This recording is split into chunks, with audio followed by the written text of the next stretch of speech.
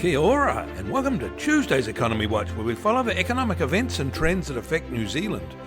I'm David Chaston, and this is the international edition from interest.co.nz, and today we lead with news. The New Zealand dollar is falling again and sharply, now back to 1 month lows as commodity prices suggested shifts to our disadvantage and global trade flows became more uncertain.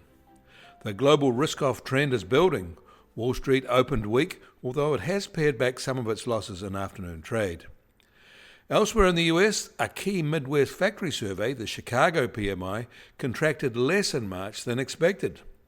The shift itself wasn't large, but it was unexpected because a worsening was expected. So it has gained attention. But more than a third of respondents to this survey said they would respond to tariff pressures by raising prices. Only 18%, about half of them, said they would onshore supplies. New order growth only got an also-ran mention. Overall, this report is of a slower downturn. The Dallas Fed factory survey was mixed. New order levels improved marginally but remained weak. Production levels rose more. But perceptions of broader business conditions continued to worsen in March. The General Business Activity Index fell to its lowest reading since July 2024. US factories are not gearing up for the benefits of tariffs, yet anyway, and there are no significant signs of plans to do that. In Canada, one party is advancing an election strategy to push back on the tariff impacts on their trade with the US, ramping up home building sharply to a level that reminds them of the post-World War II surge. This campaign pledge is likely to find a receptive audience because, by all accounts, Canadians are really pissed off at the US. They will need something significant because all indications are that the impending tariff levels from the US are not being worked lower, but in fact are more likely to be at the upper end of earlier signals when they're announced on Thursday New Zealand time. Across the Pacific in Japan, there was a good jump in industrial production reported for February from January. In South Korea, industrial production there was a rise on the same basis, although slightly smaller. In China, they reported official PMIs for March, and the factory one rose marginally as expected to a small expansion. Their services PMI for March rose marginally more.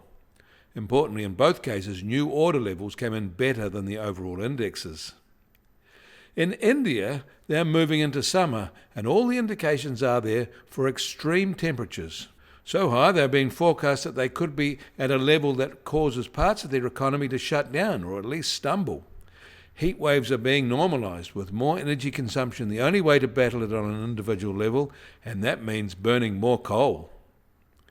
In Germany, retail sales rose more than expected in February in real terms, which was much better than expected.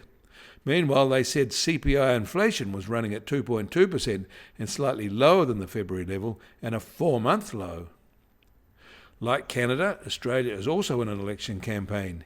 US tariff impacts haven't really become an issue there yet, although being anti-Trump is helping. But more of an issue is that China has another spy ship circling, while at the same time its diplomats are calling for trade unity. It is such an obvious carrot and stick play that it is winning China no friends. The trade fallout if Australia doesn't buckle could be more serious for them than US tariffs.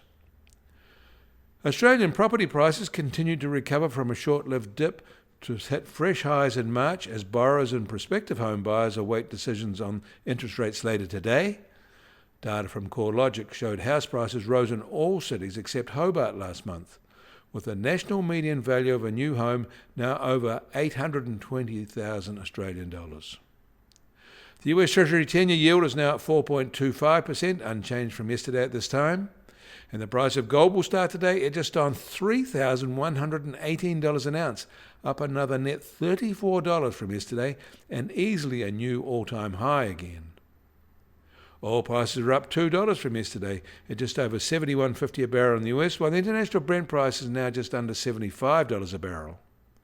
And the Kiwi dollar is now at 56.7 US cents and down 0.5 cent from yesterday at this time. Against the Aussie, we're down 10 basis points at 90.8 Australian cents. Against the euro, also down 0.5 cent at just under 52.5 euro cents.